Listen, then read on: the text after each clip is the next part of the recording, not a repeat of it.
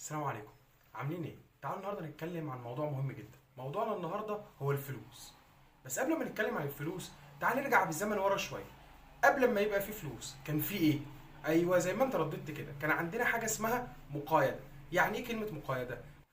المقايضه سهله وتقريبا كلنا عارفينها، ان احنا بنبدل حاجتنا مع بعض. بس المقايضه اللي انت ما تعرفوش عنها كان فيها عيوب كتير. هو احنا ازاي هنبدل حاجتنا مع بعض لو احنا اصلا مش عايزينها؟ يعني مثلا انا عايز الرز اللي عندك بس انت مش عايز القمح اللي عندي، خلاص كده الموضوع فشل. كمان احنا ما كناش نعرف نخزن السلع دي فترات طويلة.